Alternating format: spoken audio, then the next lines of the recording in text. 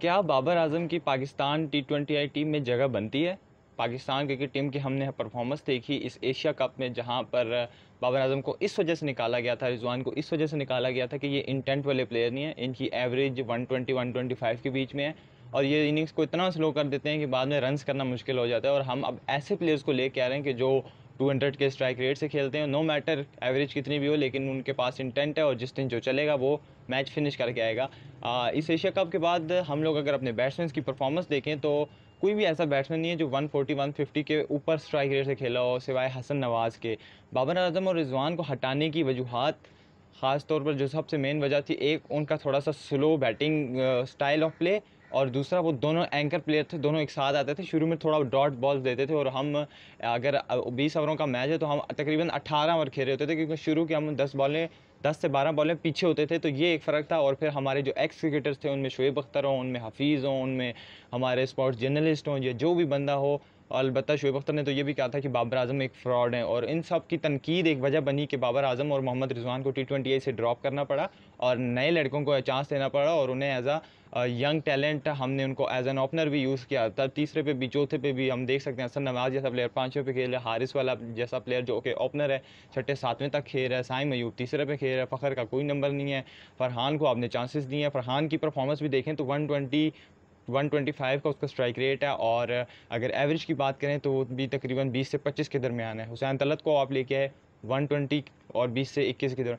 अगर इनकी एवरेजेस देखें और बाबर आजम की एवरेज देखें तो आई थिंक यहाँ पर तो कोई कंपैरिजन है ही नहीं। आपको बाबर आजम के साथ ही जाना चाहिए। अगर उसकी एवरेज की बात करें, बाबर आजम एक ऐसा प्लेयर है जो 38 पॉइंट समथिंग ऑलमोस्ट 40 की एवरेज और 129 के स्ट्राइक रेट से खेलता है। वहीं पर रिजवान 47 की एवरेज के साथ T20I में खेलते हैं। और आपके पास मुतबादिल क्या है, मोहम्मद हारिस, जो कि 15 से 20 मैचेस के अंदर एक या दो इनिंग्स में परफॉर्म करते हैं, और वो भी किसी छोटी टीम के खिलाफ। उनका बल्ला चल जाए तो चल जाए। क्या ये इंटेंट पाकिस्तान क्रिकेट टीम को बचा सकेगी? फॉर मी, अगर हम स्टार्ट से देखें कि गलती कहाँ हुई और बाबर आजम को ड्रॉप करने की बड़ी वजह बनी क्या, ऐसा क्या चीज़ ऐसी आ गई कि आप बाबर आजम को T20I से दुनिया क्रिकेट में जिसने अपना नाम बनाया, जो कि लोगों के कहने से नहीं अपनी परफॉर्मेंसेज से, और पूरी वर्ल्ड ने उसे दुनिया का नंबर 1 प्लेयर माना है, और आप उसको T20I टीम से ऐसे दूध में से मक्खी की तरह बाहर निकाल देते हैं। Let's have a look from the start. 2019 में बाबर आजम को पाकिस्तान टीम की कप्तानी मिलती है। यंग प्लेयर थे, गलत टाइम पर कप्तानी दी गई, एक अलग बहस है। रिजवान से सरफराज से उस टाइम कप्तानी लेना गलत फैसला था PCB का, एक अलग बहस है। लेकिन way forward Pakistan cricket team ने ये नहीं है कि बुरी क्रिकेट खेली। हाँ, अलबत्ता हम लोग कोई ट्रॉफी लिफ्ट करने में कामयाब नहीं हुए, हमारे पास कोई ट्रॉफी आई नहीं, हमारे मुकद्दर में कोई ट्रॉफी लिखी नहीं थी। Babar Azam as a captain जो उनकी ख्वाहिश थी कि हम एक ट्रॉफ़ी उठाएं, अपने मुल्क का नाम रोशन करें, वो हमारे नसीब में नहीं थी। लेकिन अगर हम एज क्रिकेट इन T20I बात करें तो पाकिस्तान क्रिकेट टीम की परफॉर्मेंस बैड नहीं रही। पाकिस्तान क्रिकेट टीम ने एट टाइम्स अच्छी परफॉर्मेंस दी थी। हम 2020-21 का वर्ल्ड कप की बात कर लें, एशिया कप की बात कर लें, ऑस्ट्रेलिया के खिलाफ शाहीन शाह अफरीदी को मैथ्यू वेड 3 छक्के मार देते हैं, हसन अली कैच ड्रॉप कर देते हैं। वहाँ पर क्या बाबर आजम की गलती थी? अच्छा, वहाँ पर उस टाइम उन 2 साल 2.5 साल पहले हमारी इंटेंट क्या होती थी? हमने बाबर और रिजवान के साथ जाना है, हम तीसरे नंबर पर फ़खर को यूज़ करेंगे, ये शान को, चौथे पे फ़खर आएंगे, पाँचवें छठे सातवें और आठवें पे इफ्तिखार, आसिफ अली, खुशदिल शाह, शादाब खान, नवाज़, फ़हीम अशरफ, इन प्लेयर्स को यूज़ करेंगे।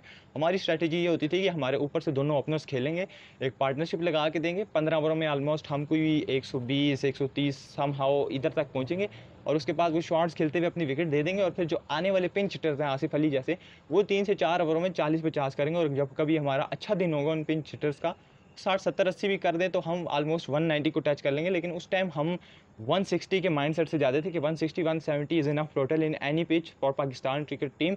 और हम बॉलिंग से अटैक कर रहे थे, हम बैटिंग में एज के डिफेंडिंग टोटल लगाते थे, और फिर हमारे बॉलर्स अटैक करते थे, उनको डिफेंड करते थे। उस टाइम हमारे पास शाहीन अपनी पीक पे थे, 145 पे अर्ली ऑन, आगे से आगे स्विंग, हसन अली, नसीम शाह, हारिस रऊफ़, वो नए नए आए थे, 145 150 पे बॉलिंग करते थे। शादाब खान का बहुत अच्छा उस टाइम परफॉर्मेंस लगी हुई थी, वो साल 2 जो थे शादाब खान की पीक के थे। हमारे पास मोहम्मद नवाज़ थे, इमाद वसीम को भी हमने शुरू में यूज़ किया, पावर प्ले में हम उनको यूज़ करते थे as a wicket taker option.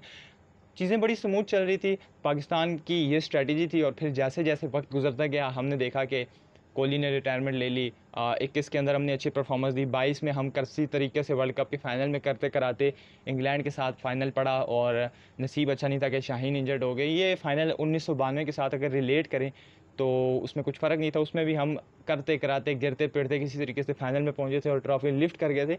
वो फाइनल भी हमें जीतना चाहिए था। अनफॉर्चुनेटली शाहीन वो कैच पकड़ते हैं, इंजरी होती है, फिर इफ्तिखार से आप बॉलिंग कराते हो और फिर बेन स्टोक वो आपसे फाइनल ऐसे हाथों से खींच के ले जाते हैं। For me Pakistan cricket team ने और बाबर आजम की क़यादत में पाकिस्तान क्रिकेट टीम ने इतनी बुरी क्रिकेट नहीं खेली कि जितनी अभी की टीम में या बाबर आजम की कप्तानी से पहले हम लोग खेलते हुए आए हैं। हमारे जो एक्स क्रिकेटर्स जैसे बातें करते हैं, हकीकत में अगर उनकी भी परफॉर्मेंसेज देखें तो अप टू द मार्क नहीं है। वहीं पर जहाँ पर इंडियन एक्स क्रिकेटर अपने प्लेयर्स को बनाते हैं, उनके साथ जाकर ग्राउंड में पर खून पसीना बहाते हैं, उनको सिखाते हैं, अपना एक नाम बनाते हैं, युवराज सिंह जी। वहीं पर हमारे एक्स क्रिकेटर्स, जब बाबर आजम परफॉर्म नहीं करता, the biggest fraud for Pakistan cricket team. और जब बाबर आजम को टीम से ड्रॉप कर दिया जाता है, लोग बातें कर रहे थे, फिर कहते हैं फॉर मी, मैं बाबर आजम को कभी भी टीम से ना निकालता। मैं बाबर आजम से कहता तूने करना है, तू सारी टीम को साथ खिला। ये टू साइड माइंड सेट के जो लोग हैं ना, पाकिस्तान क्रिकेट टीम को तबाह करने में इनका सबसे ज़्यादा हाथ है। फिर बात करें पाकिस्तान क्रिकेट टीम की 22 के बाद मेरे ख्याल से 24 में वर्ल्ड कप हुआ, उसमें अगर बात करें तो पाकिस्तान क्रिकेट टीम में फिर आपने क्या किया, अचानक जब भंड मार दें हमेशा की तरह, आप शाहीन को साथ रखा आपने, आमिर और इमाद को टीम में वापस लेके आए। हमें यंग टैलेंट नहीं सपोर्ट कर रहा, हम बड़े प्लेयर्स के साथ जाएंगे, आमिर इमाद ने रिटायरमेंट वापस ली। फिर आप यूएसए से बुरे तरीके से आते हैं, हारिस रऊफ आखिरी 3 बॉलों पर 12 स्कोर दे देते हैं। फिर इंडिया के खिलाफ 120 आपसे डिफेंड जो टोटल था वो उस पर आप उस टोटल को अचीव नहीं कर पाते, पाकिस्तान ग्रुप स्टेजेस से बाहर हो जाते हैं। और फिर जैसे 2003-4 में पाकिस्तान क्रिकेट टीम की बुरी परफॉर्मेंस के बाद पीसीबी ने ये फैसला किया था कि लेजेंड्स को बाहर किया जाए, नए प्लेयर्स लाए जाए, नए प्लेयर्स को बनाया जाए, इंटेंट वाली क्रिकेट होगी। इसी तरह सेम यहाँ पर हुआ, शाहीन बाहर, रिजवान बाहर, बाबर बाहर, इफ्तिखार बाहर, आपके मेन प्लेयर्स सारे बाहर। उसके बाद आप नए लड़के लाए, नए लड़कों में हारिस, शाहीन, साइम अयूब, फ़खर जमान, नए तो नहीं लेकिन इंटेंट के नाम पे खेल रहे, साहिबजादा, फरहान, जितने भी पीएसएल के परफॉर्मर थे आप उनको लेके आए और आपने उनको चांस दिए। हुसैन तलत हो, हसन नवाज़ हो, मोहम्मद नवाज़ की टीम में वापसी हुई, शाहीन को आपने फिर वापस कुछ अरसे बाद बुला लिया।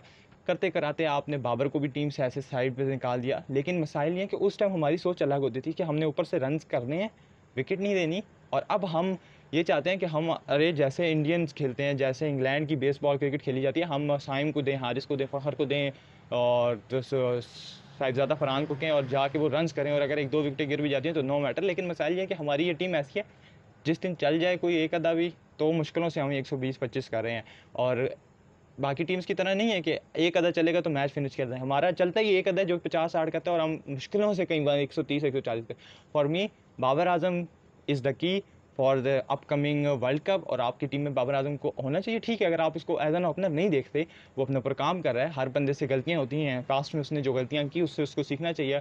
उस टाइम वो फिनिश नहीं कर पाता था, लेकिन आज वो बाबर आजम दुनिया का नंबर 1 बैट्समैन है, पाकिस्तान क्रिकेट टीम की रीढ़ की हड्डी माना जाता है। फॉर मी अगर आप उसको नंबर 1 ओपनर्स पे नहीं खिलाते तो आप साइम, फ़खर और हारिस, साइम, फ़खर और साहिबजादा के साथ एज एन ओपनर जा सकते हो।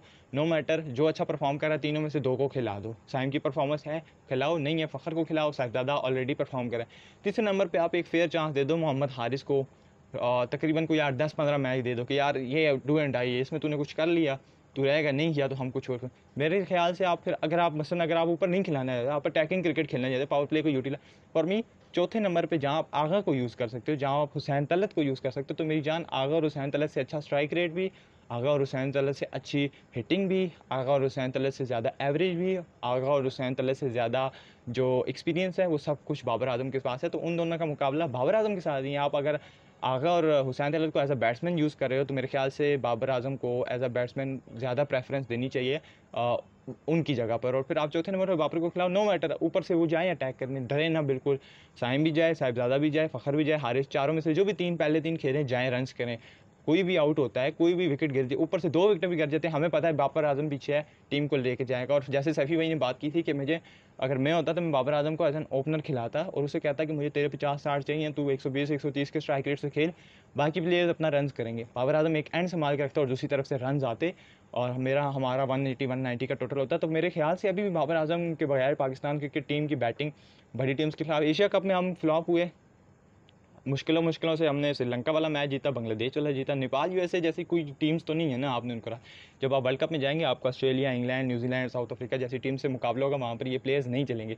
हाँ, चौथे के बाद आप यूज़ कर सकते हो, अगर आपने आगा को एज अ कैप्टन रखना है ठीक है, आप उनको पाँचवें पे यूज़ करो, छठे पे आप हसन नवाज़ को यूज़ करो, आपके पास अब्दुल समद, आपके पास इरफान खान न्याजी है, फिर आपके पास शादाब, आपके सारे, फिर नीचे middle order, lower middle order में फ़हीम, शादाब, नवाज़, अकॉर्डिंग टू सिचुएशन आप किसी को भी खिला सकते हो, और फिर एंड में हसन और हारिस हो या जो भी। फॉर मी बाबर आजम की इस टीम में जगह बनती है, और बाबर आजम के बगैर पाकिस्तान क्रिकेट टीम कभी भी मुकम्मल ना पहले होती थी ना अब होगी। ये जो कोचेस की माइंड सेट था कि बाबर आजम को ड्रॉप करना है, ये गलत था, और मैं समझता हूँ कि बाबर आजम को पाकिस्तान टीम में वापस आना चाहिए। आपके इस हवाले से क्या राय है? क्या बाबर आजम को 2026 के वर्ल्ड कप के लिए पाकिस्तान टीम में वापस आना चाहिए, या फिर पाकिस्तान क्रिकेट टीम को स्टिक रहना चाहिए विद न्यू कमर्स और टैलेंटेड प्लेयर्स, पर्ची नहीं कहते, टैलेंटेड प्लेयर्स के साथ रहना चाहिए और ये परफॉर्म करके देंगे? अपनी राय कमेंट बॉक्स में ज़रूर शेयर कीजिएगा। मिलते हैं नेक्स्ट वीडियो में, तब तक के लिए अल्लाह हाफिज़।